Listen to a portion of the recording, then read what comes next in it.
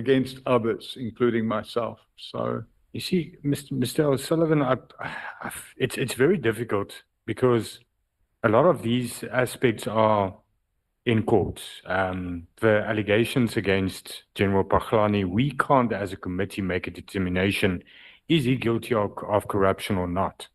The court will have to, in those criminal cases, find that and make a adjudication on that. But I think what is important is, and we touched on it in your previous appearance as well, what is your motivation? And I know that you say you are anti-corruption, but I want to once again ask you, is there anything else that motivates you to and other members referred to it earlier today as well? You do choose to put a lot of energy in certain corruption cases. Corruption has normalized in South Africa. There's corruption everywhere.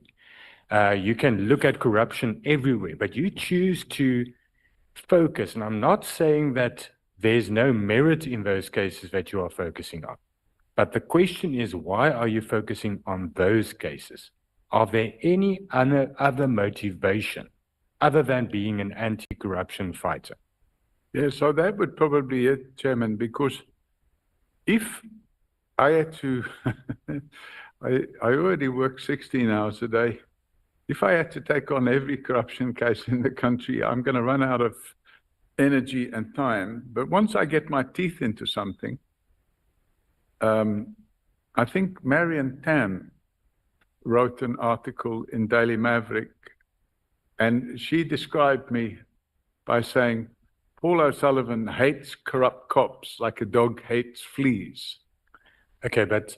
And when you become a victim of those corrupt cops, which I was, I then went out of my way to expose their conduct and the people that what I believe to be their accomplices. Yeah, that's well noted, because after the Celebi focus on Celebi and the exposure of Celebi's wrongdoing, there was a lot of attention then, or a lot of cases opened against you and a lot of scrutiny of you as well. Am I correct?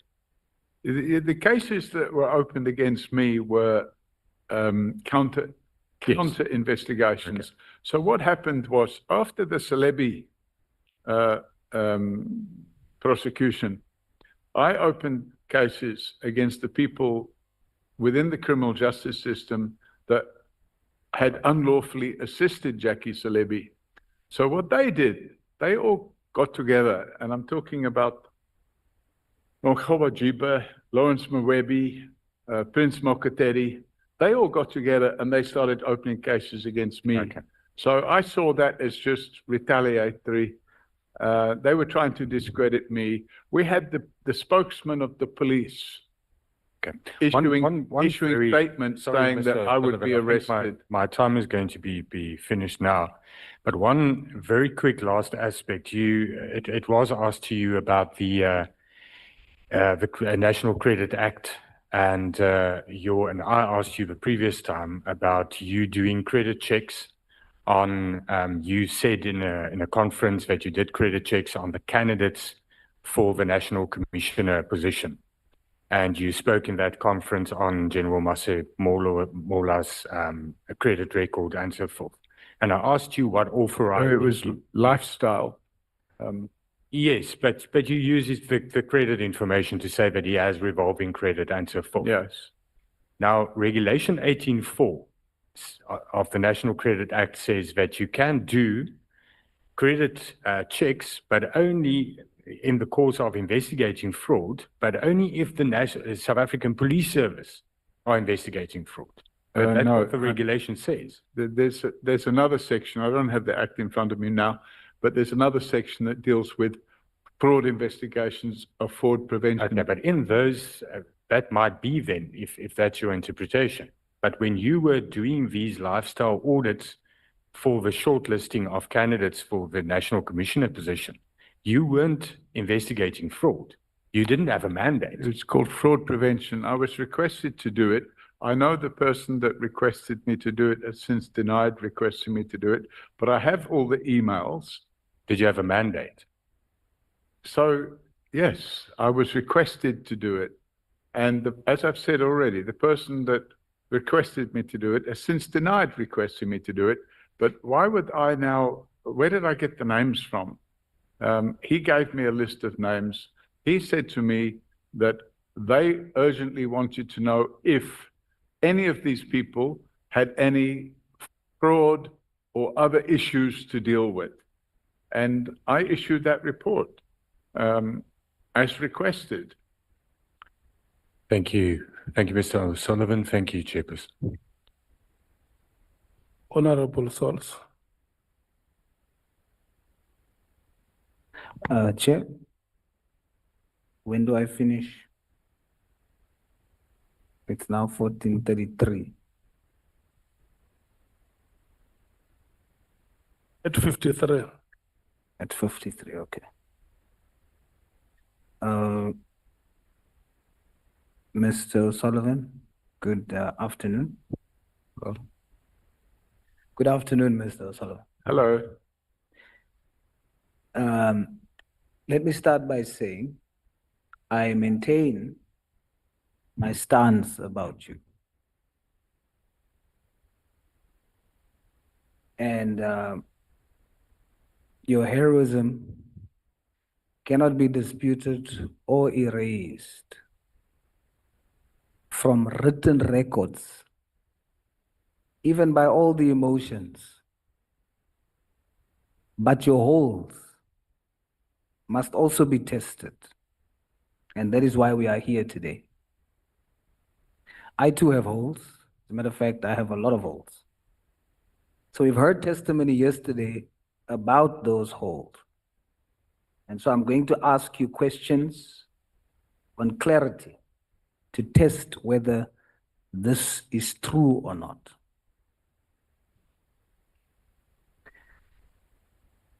Mr. O'Sullivan, in your book, Stop Me If You Can, you only explicitly call two people a friend. Number one, Peter Hain from the UK House of Lords. And the second person you call a friend is Mr. Herman Mashaba, the current president of Action SA. Is Mr. Mashaba still your friend?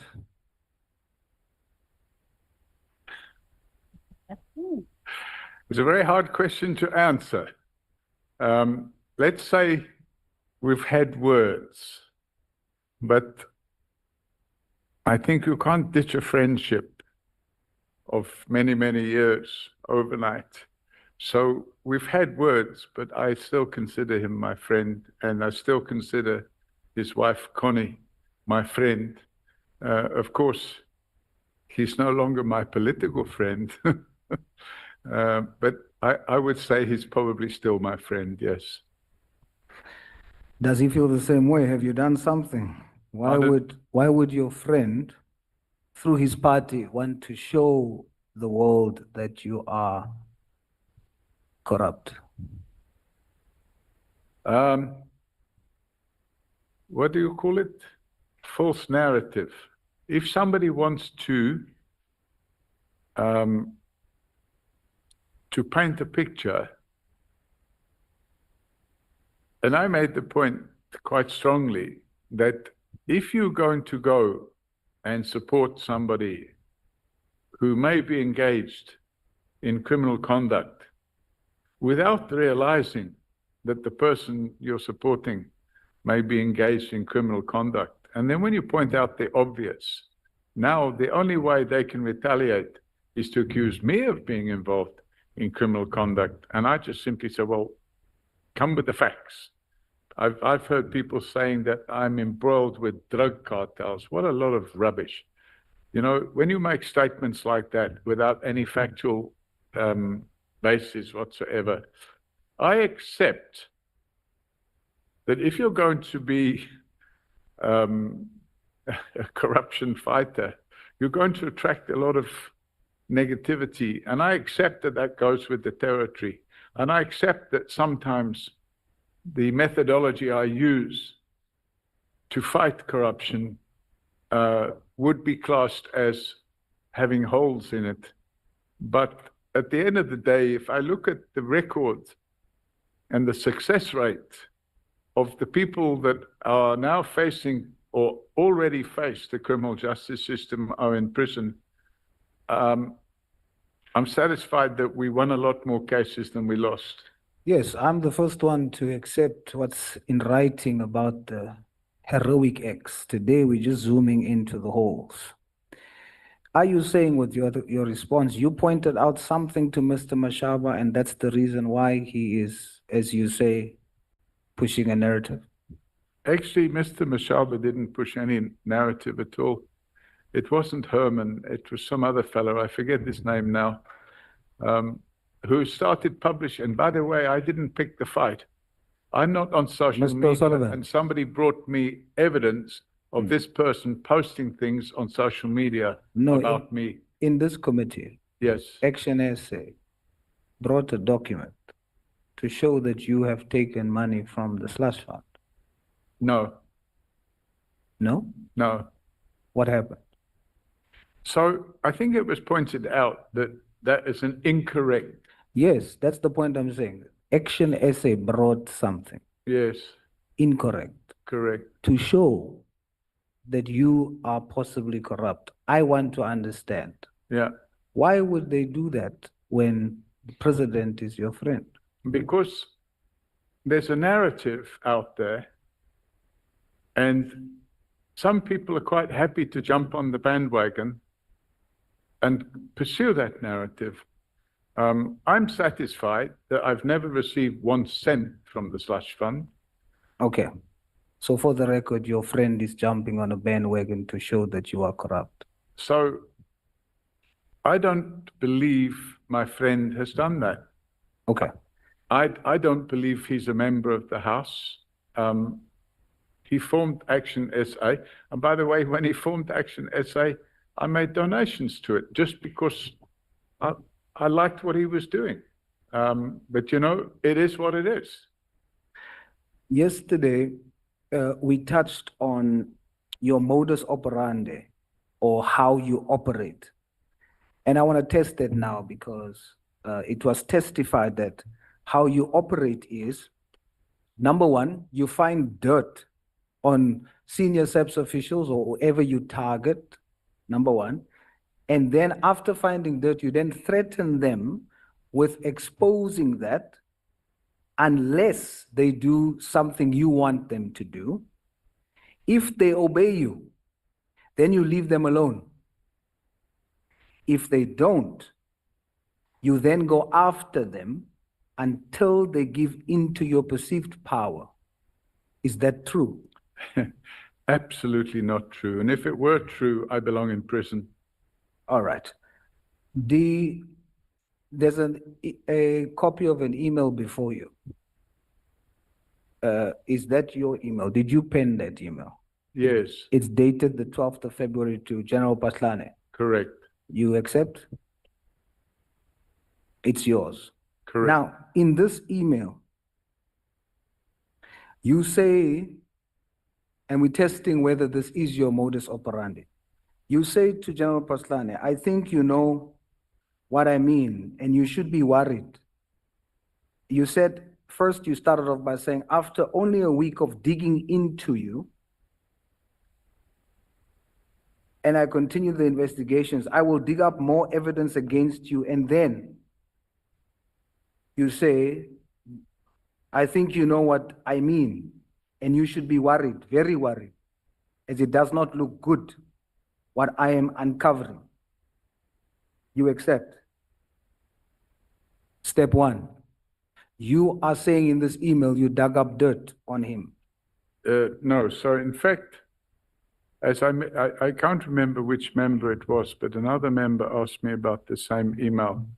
And I explained then, Chair, that this email was an intentional ruse.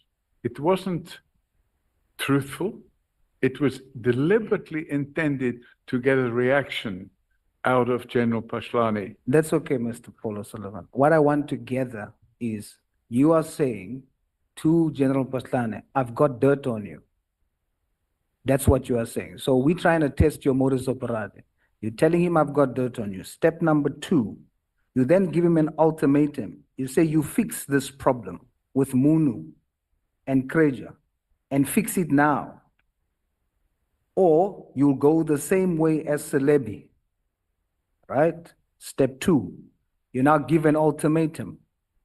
Step 3, you say you fix Munu or Kreja and I will lose interest in you.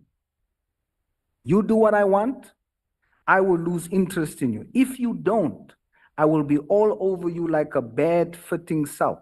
If you try any dirty tricks as your predecessors, I'll eat you for breakfast and still be hungry afterwards. This shows step by step a modus operandi.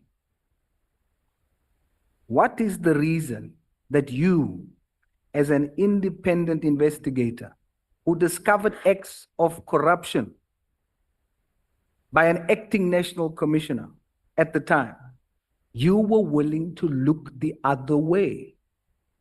No. You said it here. Yes, but as I've explained before, this was a deliberate ruse. In other words, it was intended to distract him. It was intended to get a reaction out of him, and it had the desired result. It resulted in him taking steps. Actually, it didn't. It didn't. I'll tell you why it didn't. And this is your modus operandi. That's a whole. So corruption is only dealt with against those you decide it must be dealt with. You then say, if I do not see positive action by you before the 22nd of February 2016, I shall start a process aimed solely at bringing you to book and will leave Munu alone thereafter and focus only on you.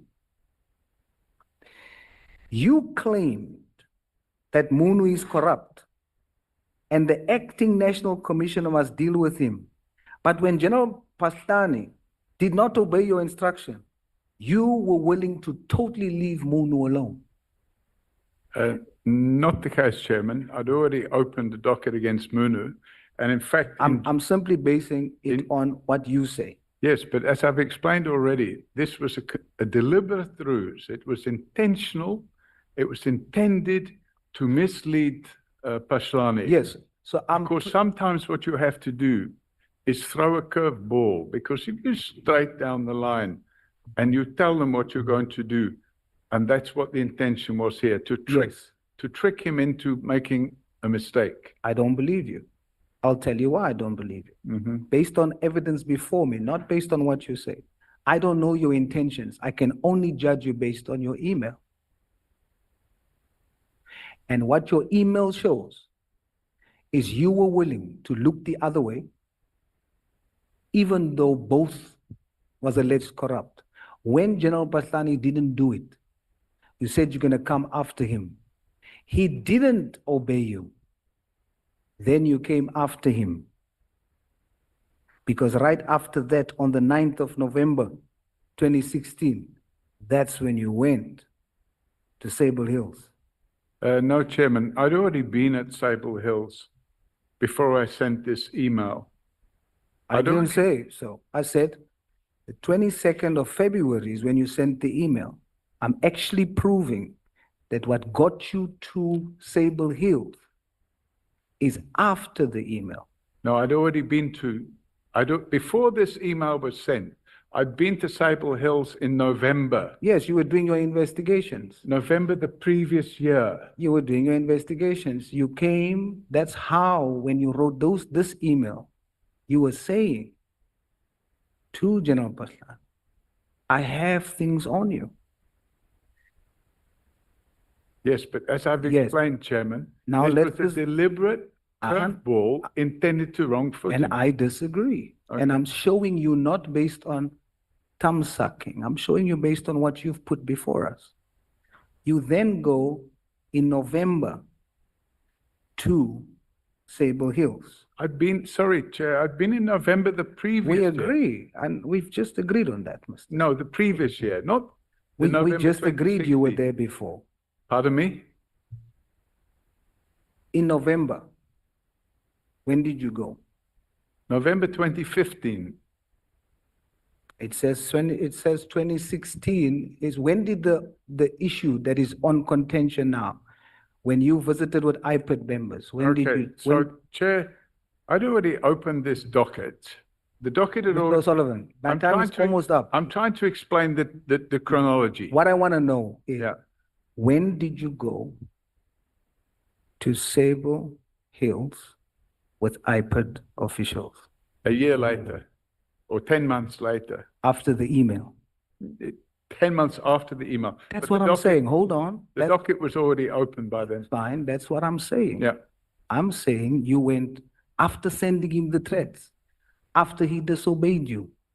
No. You then went to Sable Hills 11 months later, Yeah, unfortunately, right? the delay of 11 months was caused by the capture of IPID. That's fine. So let's deal with what happened when you now went there.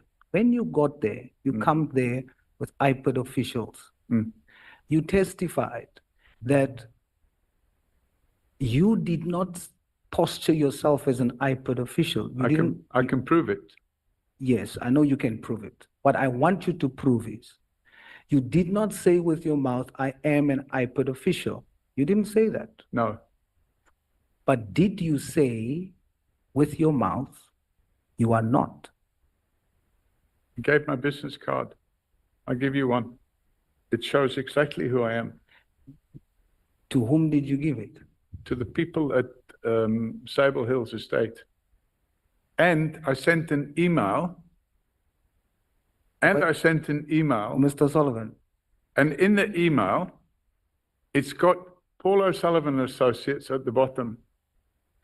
when did you say to Mr. Euster that you testified about earlier? I think I didn't say anything. Yes, you didn't. And that's what I'm saying. So you were not clear. I'm not an IPID official. Now, logically, if a group of people comes and two people are there as police, everyone's going to think everyone there in that group is police until one of them who's not says, I'm not. Yeah, it could be seen that way, but It is that way because your defense is you didn't posture yourself by saying you are a cop. yes. But we are saying you also didn't expressly say you're not. And because you didn't, there's an open possibility that it could have been perceived as you are. That's the reason why they responded to your questions. Why, Who questioned Mr. Who Euster? responded? Who questioned Mr. Euster? Nhlanhla and myself. So he answered you because he viewed you as a police officer. I don't believe so because I look at it. Did he say to you he doesn't believe? He Because never said it. I never said it. his But affidavit said, Pardon me? his affidavit said, your posture was like a police officer. no, but this is the You affidavit. had a firearm. This And is and when he looked at you, he was convinced you were a police officer. No, he wasn't.